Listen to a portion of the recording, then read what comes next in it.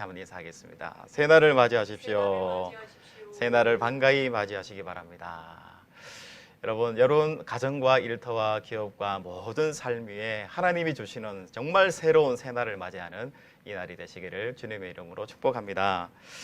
여러분, 제가 새해 복 많이 누리세요, 하나님의 복 많이 누리세요, 이렇게 이제 제가 인사를 잘 했는데요. 그러면 여기서 새해 주시는 하나님의 복을 많이 누리세요 이렇게 이야기했을 때 이 누린다는 말이 뭘까요? 이 누린다는 말은 하나님께서 이 복을 물론 떨어뜨려 주시죠. 우리 이 땅에 우리 자체가 복 덩어리잖아요. 그러니까 우리 자체가 복 덩어리이기 때문에 우리 자체가 떨어뜨려진 복이에요. 그러나 하나님은 우리가 필요하실 때 AS를 하셔서 우리의 필요한 것들을 다시 채워주시는 하나님이시거든요.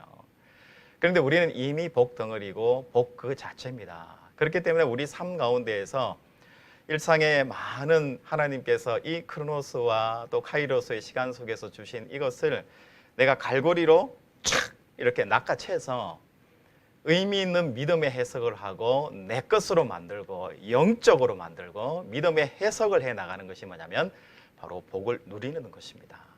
이미 복을 받았으니까 이제 내가 누리는 것이죠. 그런데 이 복을 누리는데 이 복을 누리지 못하게 하는 요소가 있어요. 그게 뭐냐면 바로 어둠이에요. 그리고 우리 삶에 늘 우리 일상에 깔려있는 현실이라는 것이고 바로 극복하기 힘든 상황들이 사실은 우리의 이 복을 누리지 못하도록 하는 것이에요. 여러분, 그렇기 때문에 신앙이라는 것은 뭘까요? 우리가 교회를 다니고 신앙을 가진다, 이 신앙이 있다라는 것은 무엇을 의미할까요? 내게 있는 이 고난과 상황들, 현실들을 넘어서서 하나님이 주시는 복 그 자체를 원래 내 모습대로 돌아가고 회복하고 복을 누리는 사람으로 살아내는 것, 이게 뭘까요? 바로 신앙이다. 그것이 믿음이다. 이렇게 우리가 생각할 수 있는 것입니다. 여러분, 오늘 해맞이 신년 예배를 맞았는데요. 사도행전 28장 마지막 절 말씀이죠. 30절과 31절 말씀을 선택했습니다. 이 말씀을 통해서 바울의 신앙을 우리가 한번 배워봤으면 좋겠습니다. 그리고 바울이 어떻게 주어진 그 상황과 현실을 넘어갔는가, 그리고 어떻게 하나님을 따라갔고 그 신앙을 마무리했는가, 오늘 말씀 속에서 같이 한번 묵상해 보면서 우리도 새해 주시는 그 하나님의 메시지를 함께 결단하고 함께 묵상하는 시간 되었으면 좋겠습니다. 여러분, 먼저 바울이 처한 상황을 한번 보시겠습니다. 이 말씀을 보면은 우리 30절에 바울이 온 이태를 자기 셋집에 머물면서 자기에게 오는 사람을 다 영접했다. 그러니까 이 셋집이라는 것이 2년 동안의 셋집에 있었다고 말하는데, 이 셋집은 바로 가택연금을 이야기하는 거예요. 그 당시에는 이제 재판을 받기 위해서 죄수가 로마로 이송이 된 상태잖아요, 바울이. 그러면 그 재판을 받기까지 자기 돈을 들여서 셋집에 월세를 들여서 거기서 머물면서 재판을 기다리는 거예요. 그러면서 밖에는 나가지 못해요. 집 안에만 계속 머물러 있는 약간 유배 상태 같은 그런 상태라는 것을 알 수가 있고요. 또 바울이 나이가 많이 들었고 노년에 병든 바울의 지금 상황이라는 것을 알 수가 있습니다. 어쩌면 젊고 씩씩하고 열정 있는 그런 시대가 아니라 인생의 거의 황홀경 마지막에, 그리고 감옥에 연금되어 있는 매우 모습이 초라한 그런 바울의 모습을 오늘 말씀에서 한번 찾아볼 수가 있습니다. 여러분, 바울은 그런데 젊은 시절에 어떤 사람이었을까요? 가말리엘 무라생 밑에서 열심히 공부를 했던 그런 학생이었고 복음의 율법에 특별히 특출난 능력과 재능을 발휘했던 그런 사람이었습니다. 그래서 이 예수쟁이들을 잡으러 다니는 열혈당원 노릇을 했고요. 그리스도인들이 사회의 악이고 유대교의 이단이다라는 확신을 가지고 그들을 체포하고 제거하는 것이 하나님의 뜻이고 율법의 뜻이다라고 이렇게 생각하면서 이 그리스도인들을 체포하고 다니던 중이었죠. 그러다가 이 다마스쿠스 다메섹 길에서 환상 속에서 너는 왜 나를 박해하느냐라는 주님의 음성을 듣고 거기서 완전히 전혀 다른 바울로 이방인의 사도로 그리스도의 복음을 땅끝까지 전하는, 죽음을 뒤로 하고라도 복음을 전하는 정말 열정 있는 복음의 사람으로 살았던 사람이 바로 바울입니다. 여러분, 바울은 어쩌면 이렇게 열성을 가지고 열심을 가지고 오늘 본문의 말씀처럼 거침없이 담대하게 이 복음을 전할 수 있었을까? 바로 예수 그리스도를 진심으로 내 뼈와 살이 예수 그리스도를 만난 거예요. 여러분, 우리 인생에 제일 중요한 것은 결국은 예수 그리스도를 만나는 거예요. 여러분, 올 한 해 내가 어떻게 승리하면서 살아낼까? 결국은 어떻게 하면 돈을 많이 벌까? 어떻게 하면 출세할 수 있을까? 어떻게 하면 공부를 좀 더 잘할 수 있을까? 이것도 굉장히 현실적인 문제고 중요하지만 가장 중요한 것은 내가 어떻게 예수를 만날 것인가? 영적으로 내가 어떤 예수를 내가 만나서 그 예수님 때문에 내가 변화된 그런 삶을 살 수 있을 것인가가 가장 중요한 주제라는 것을 이야기합니다. 여러분, 바울은 소아시아 지역을 전도했습니다. 예수님의 사도요, 하나님의 나라를 선포하는 사람이었습니다. 그리고 동족들 유대인들로부터 특별히 박해를 많이 받았습니다. 어떻게 보면 율법을 찬송하고 율법의 박사 학위를 가지고 율법을 위해서 살아갔던 사람인데 이 사람이 변해서 그리스도를 전파하는 그리스도인들을 옹호하는 사람으로 갔을 때 그리스도인들도 의심하게 되고 유대인들은 더 배교자라고 책망하고 의심했던 사람이었던 거죠. 여러분, 이 기독권의 엘리트 종교인들을 비판했잖아요. 그리스도인들이. 이 바울도 마찬가지였습니다. 또 이단으로 몰리기도 하고 신성을 모독한다는 이유로 여러 가지 핍박을 많이 받았고요. 돌에 여러 차례 맞고 40의 감암매를 여러 차례 맞고 감옥에 갇히고 또 전도하다가 또 파선하고 또 섬에 갇혀서 흑암 중에 있기도 하고 태풍을 만나기도 하고 인생에 정말 험하고 힘든 일들은 다 겪어가면서도 결국은 거침없이 담대하게 예수 그리스도의 복음을 전했던 사람이 바로 바울입니다. 그리고 오늘 본문에 보니까 이 사람이 로마 시민권을 가지고 있으니까 마지막에는 재판을 할 때 로마 황제가 판결을 해야지만이 결정이 나니까 최고 심에 가 있는 거예요. 가장 최고의 상고의 심판에 가서 지금 현장에 있다라는 것을 우리가 발견을 합니다. 여러분, 로마를 항해할 때 배를 타고 오랜 몇 개월의 시간을 걸려서 로마를 가게 되잖아요. 거기서 막 파선해서 죽을 어떤 위기에 처하기도 하고 태풍을 만나기도 하고 어렵습니다. 그런데 로마를 향해서 처음 출발할 때는 아무도 이 바울, 이 죄수 신분에 나약하고 노인네 이 바울에 대해서 주목하고 좋게 생각하는 사람이 없었을 거예요. 그런데 그 항해를 마칠 때쯤에는 이 바울이 전한 복음 때문에 그를 따르는 사람들이 많이 있었고 정말 이 바울을 그 배 안에서 이 병사들도 존중을 하고 이 죄인들도 존중을 하고 많은 탔던 사람들이 존중하고 리더로서 존경받는 위치에 있었다라는 것을 우리가 알 수가 있습니다. 여러분, 이 바울이 어떻게 이렇게 죄수 신분으로 나이가 많이 든 노인 신분인데도 자기가 처한 그 로마로 이송되는 죄수 신분인데도 이렇게 존경받고 사람들의 멘토가 되고 리더로서의 일컬음을 받을 수 있었을까요? 여러분, 이것을 우리 성경에서는 구약에서는 형통이다 이렇게 이야기를 해요. 어쩌면 바울이 이렇게 형통한 삶을 살 수 있었을까요? 여러분, 형통하면 구약에 요셉이 생각나실 것 같아요. 하나님이 형통하게 하셔서 요셉이 형통한 삶을 살았습니다. 그런데 이 요셉이 감옥에서 아니면 보디발 집에서 어떻게 살았길래 요셉이 형통한 삶을 살았을까요? 첫 번째는 하나님을 의지하는 사람이었죠. 그리고 자기의 삶 속에서 특별한 것이 아니라 그들과 함께 먹고 울고 마시고 그들과 공감하고 그들의 일을 섬겨주고 그들과 함께하는 이런 행위들을 통해서 삶의 실천들을 통해서 요셉이 그 사람들 가운데 칭송을 받고 형통한 사람이 되었다라는 것을 우리가 성경에서 찾을 수가 있습니다. 저는 생각할 때 바울도 마찬가지였던 것 같아요. 배를 탔을 때 그리스도의 복음을 전해요. 처음부터 예수 그리스도가 이렇게 하지 않았을 것 같아요. 삶에서 내가 먼저 섬기고 봉사하고 내가 먼저 식사 준비를 하고 배달해주고 아픈 사람이 있으면 돌봐주고 기도해주고 그를 위해서 공감해주고 또 과거의 그 시간들을 통해서 이야기를 나누게 되고 그 사람을 깊이 인간적으로 존중하고 사랑하면서 만나는 삶을 바울이 그 배에서 살았다는 거예요. 그랬을 때 많은 사람들이 바울을 존중하고 바울을 사랑하면서 바울을 정말 멘토로 여겼다라는 것을 우리가 알 수 있는 거죠. 여러분, 우리도 마찬가지입니다. 우리 삶에서 우리가 형통한 사람이 되고 예수 그리스도를 믿는 사람으로 나타낼 수 있는 증표가 결국은 어디에서 나타나는 겁니다. 내가 무슨 방언을 하는 게 아니에요. 내가 특별한 어떤 행위를 행하는 것이 아니라 내 삶에서 그리스도의 향기가 드러나는 그런 인생을 살아내는 것이 가장 형통한 삶이고, 나의 작은 말 속에서, 나의 작은 행동 속에서 사람을 존중하고 사랑할 때 그 속에서 뭐가 드러나는 거예요? 내가 형통한 사람이 될 수 있다라는 것을 우리가 알 수 있습니다. 여러분, 아내가 여러분 일상에서 그렇잖아요. 맛있는 된장찌개를 끓였어요. 그럴 때 우리 남편들이 뭐라고 이야기하면 형통한 남편이 될까요? 여러분 한번 생각해 보시기 바랍니다. 아, 정말 맛있네. 어쩌면 이렇게 맛있는 된장찌개를 끓였어요, 여보.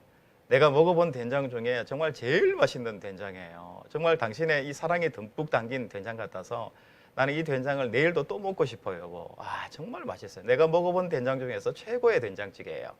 이렇게 말을 하면 될 텐데, 저도 얼마 전에 그렇게 했는데요. 제가 어떻게 이야기했냐면은, 재료가 참 신선하네. 전혀 상관없는, 거기서 왜 재료가 나와요? 재료가 참 신선하네. 역시 아침에는 된장찌개가 좋지. 역시 된장찌개 참, 된장이 잘 떠졌네. 이렇게 제가 이야기한 적이 있거든요. 불과 얼마 며칠 전에 제가 그렇게 이야기한 적이 있습니다. 여러분, 이랬을 때 제가 형통한 사람이 될까요?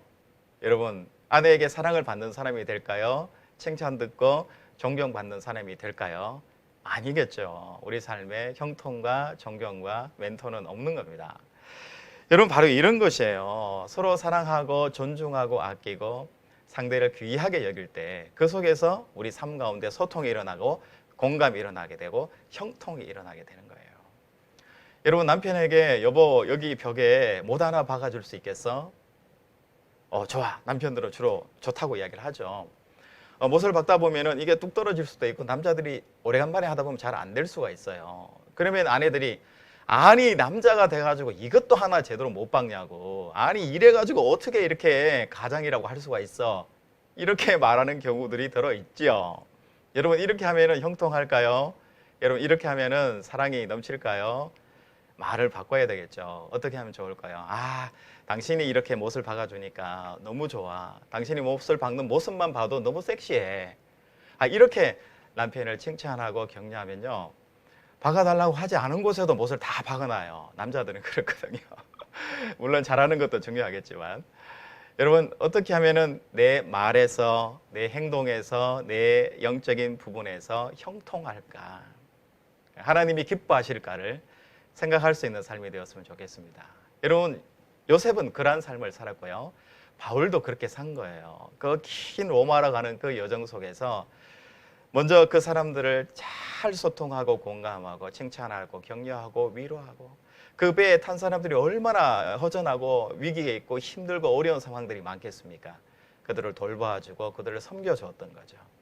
그럴 때 그 이후에 복음이 그 메시지에 떨어질 때 바울을 존경하고 바울의 지혜를 사랑하게 되고 바울을 정말 존경하고 사랑했던 것을 우리가 알 수가 있습니다. 여러분, 바울은 죄수 신분이고요, 판결을 받으러 가는 그런 중이에요. 그런데 오늘 성경에 보니까 우리는 그러면 바울이 그 로마로 가는 여정을 어떻게 하면 되겠습니까? 재판을 받으러 가는 바울의 쓸쓸한 여정, 이렇게 제목을 지어야 되잖아요. 그런데 여러분, 성경에 보면 성경 편집자는 그렇게 제목을 짓고 있지 않아요. 바울의 이 여정을 어떻게 하냐면 로마 여행, 로마 복음 전도 여행, 이렇게 이름을 짓고 있는 거죠.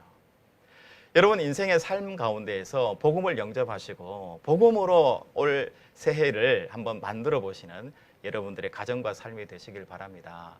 올 한 해 그냥 어떻게 될지 모르겠어, 이게 아니라 이렇게 한번 결정해 보시죠. 여보, 아버지, 엄마, 얘들아, 올 한 해는 우리 가정의 복음 여정의 가정으로 한번 해보자. 예를 들어서 저 가정이면은 우리 배 목사 내에 복음 여정 일정, 이런 식으로 제목을 정해서 정말 하나님이 기뻐하시는 그런 정말 거침없이 담대 없이 복음을 전하는 가정으로서의 그런 위치와 자세를 가지고 기도해 보시는 여러분들의 가정이 되시기를 축복합니다.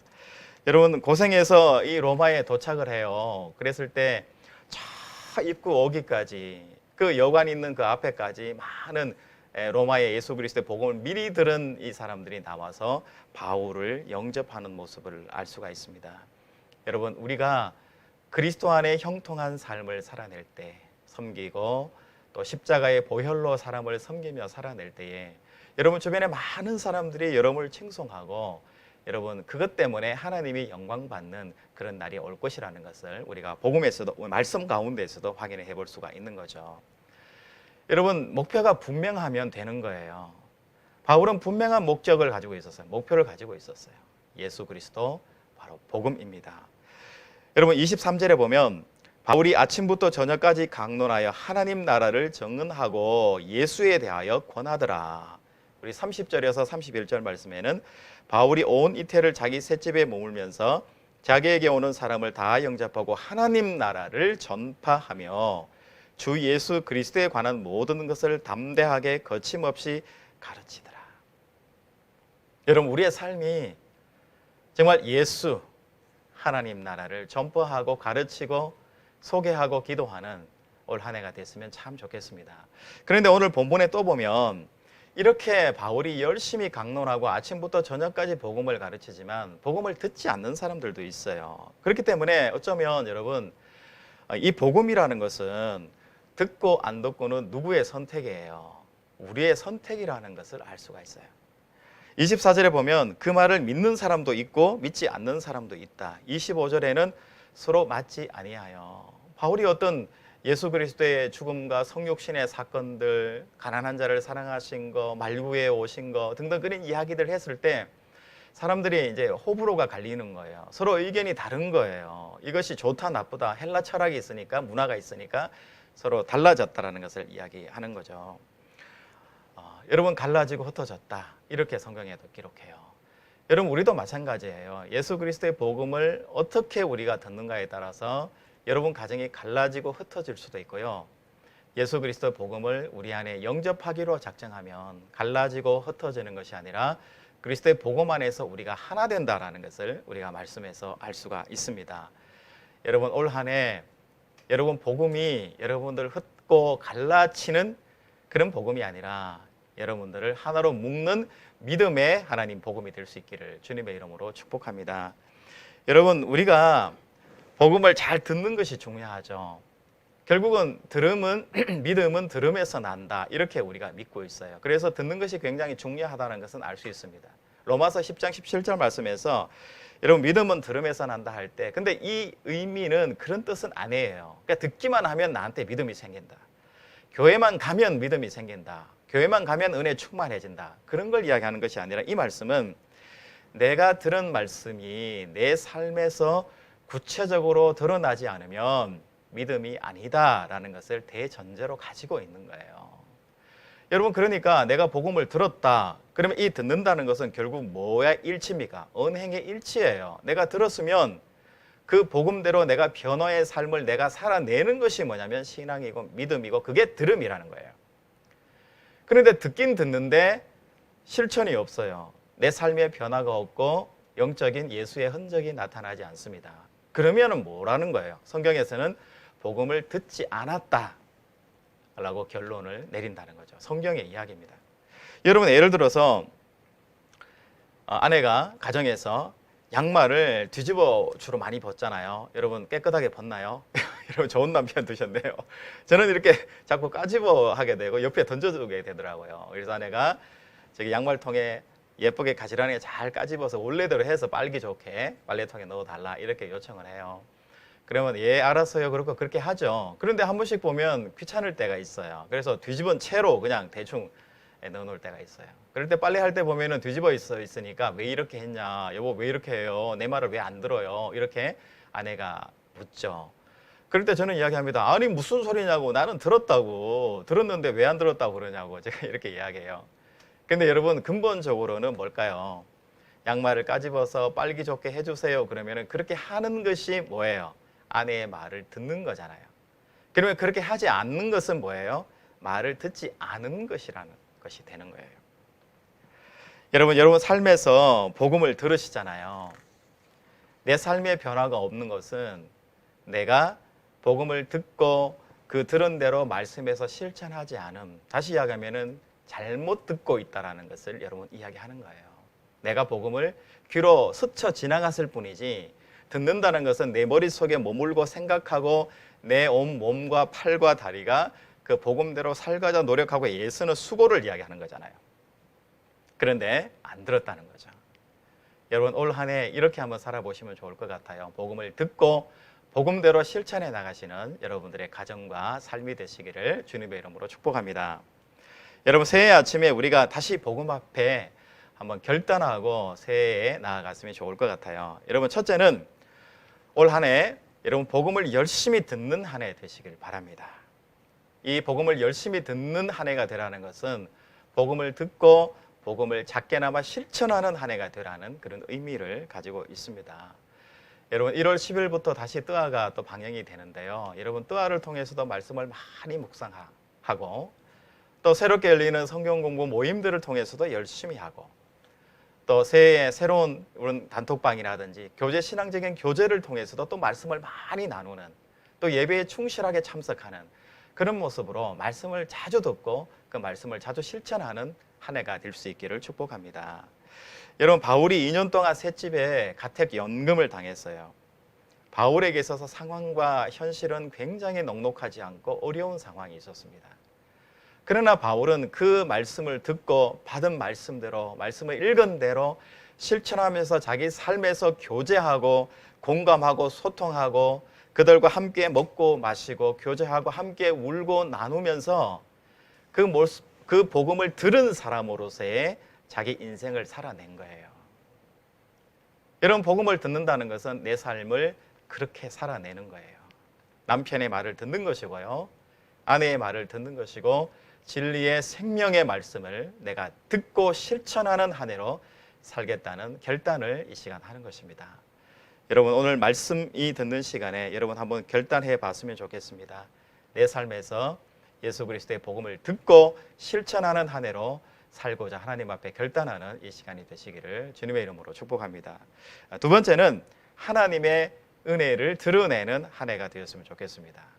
여러분 바울이 사나 죽으나 바울은 거침없이 담대하게 하나님 나라를 전파하고 예수 그리스도의 덕을 전하는 사람으로 살았습니다. 여러분 우리 인생에서 가장 중요한 것은 결국은 예수죠. 그리고 이 예수를 드러내는 삶을 살아가는 것이 중요하다는 거예요.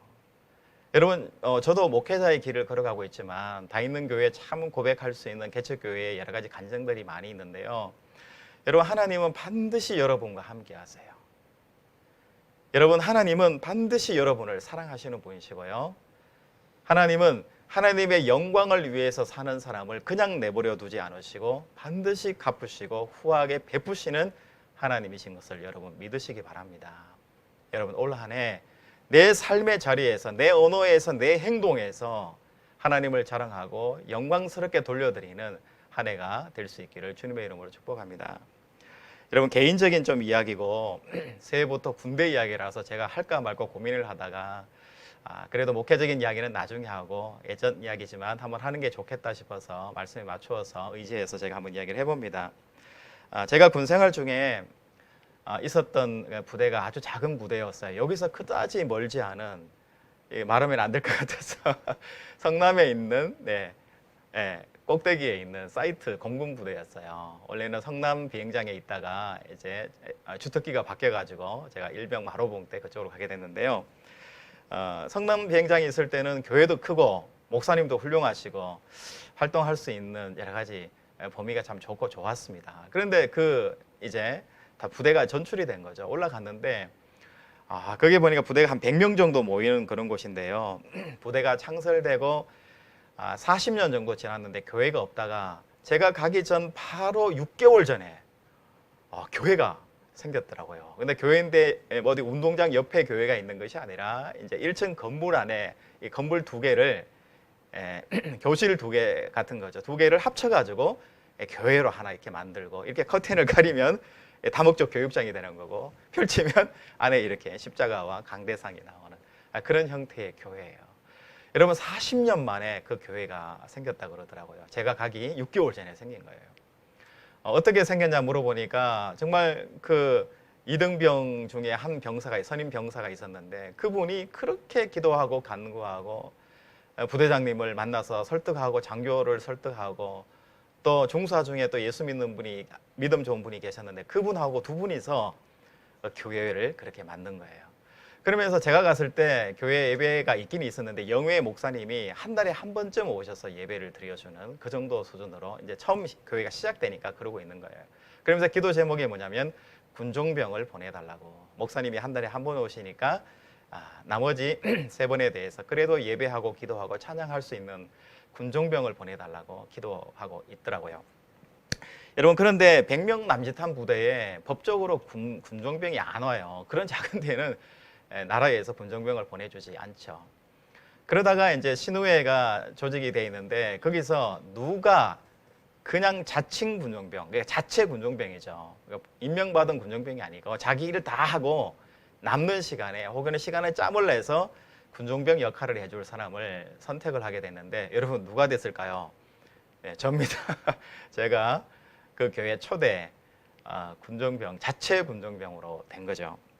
여러분, 근데 제가 그때 일병이었잖아요. 일병인데 예수 믿으라고 교회 주일날 오시라고 설득하러 다니고 이렇게 한다는 것이 굉장히 어려운 일이고, 그냥 이 상황과 현실이 교회를 나가는 건 좋은데 그냥 영회로 매주 예배를 나가면 좋겠는데 군대가 그렇지가 않거든요. 참 힘들다라는 그런 생각이 들었어요.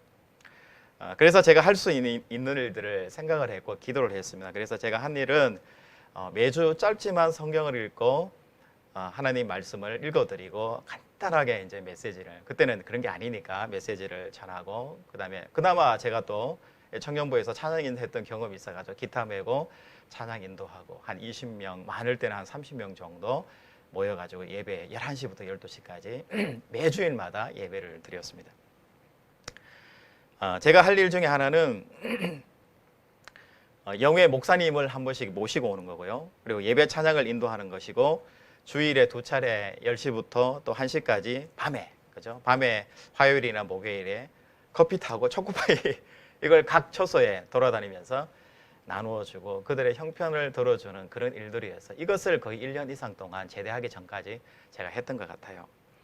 그런데 이런 별것 아니고 어쩌면 그다지 가치 있는 일은 아닌 것 같아요. 뭐 제가 얼마나 잘했을 것 같아요. 그렇게 잘하지도 않았던 것 같아요.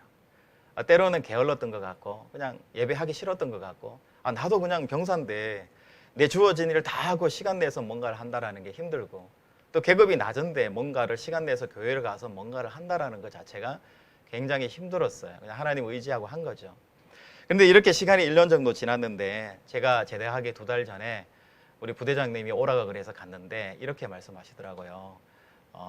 뭐 배병장이 열심히 했는지 뭐 어떤 건지는 모르겠지만 이 소식이 여단까지 알려져서 여단장님이 이번에 배병장 다음 후임으로 군종병을 보내주기로, 우리 공군 역사상 처음으로 군종병을 100명 되는 교회에 보내기로 결정을 했다.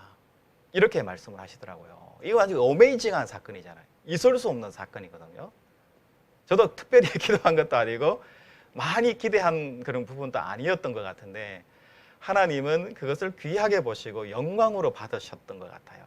그리고 그런 역사가 일어나게 된 거죠. 그러면서 남는 2달 동안에 교회에서 살으라고, 내무반에 안 가도 좋으니까 마음껏 준비하고 다음 군종병이 오면은 잘 인수인계해주고 그렇게 제대하면 좋겠다라고 그 부대장님이 저에게 그렇게 말씀을 하시더라고요. 여러분, 우리 삶에서 별것 아닌 것 같은데 내가 하나님의 영광을 위해서 준비하고 계획하고 기도하고 살아내잖아요.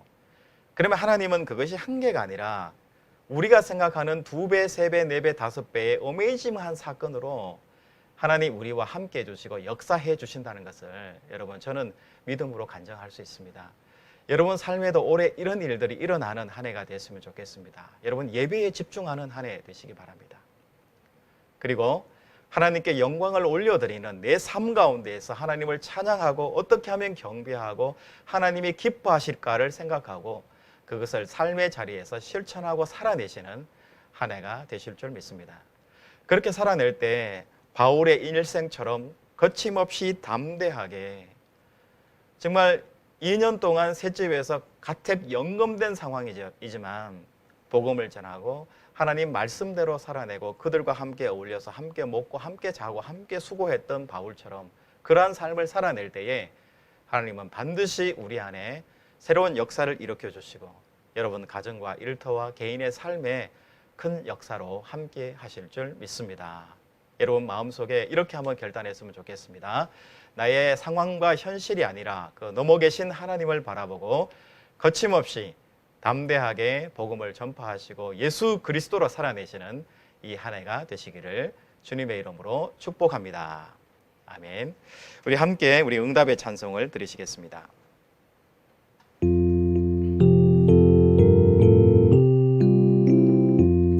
우리 주신 말씀을 잘 간직하면서 우리 감사함으로 응답의 찬송 부르겠습니다.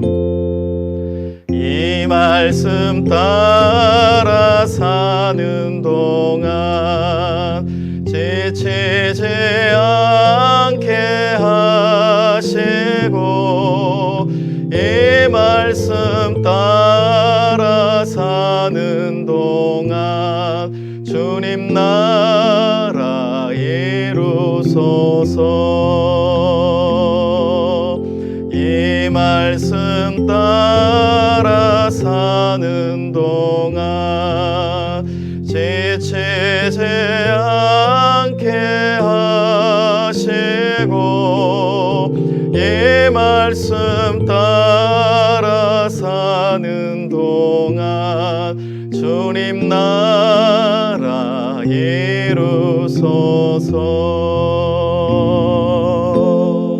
이루소서. 하나님 아버지, 우리를 자녀로 삼으시고 생명의 복음을 불어넣어 주셔서 생명으로 살게 하시니 감사드립니다.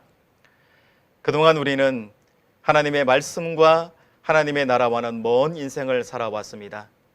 그러나 새해를 주시고 우리에게 말씀 주신 것을 따라 언제 어디서나 복음을 담대히 전하고 하나님 나라를 선포하는 선포자로 살게 하여 주시옵소서.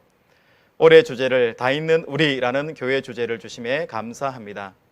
여전히 우리에게는 넘지 못할 상황과 차가운 현실이 자신 앞에 있습니다. 그러나 바울이 주님을 의지하고 담대히 그 상황과 현실은 친구 삼고 그 가운데 하나님 나라를 이어간 것 같이 우리도 주님의 말씀의 터 위에 하나님 나라를 담대히 이어가는 다 있는 우리, 다 있는 교회 공동체가 되게 하여 주시옵소서. 새해를 허락해 주신 예수 그리스도의 이름으로 기도하옵나이다. 아멘.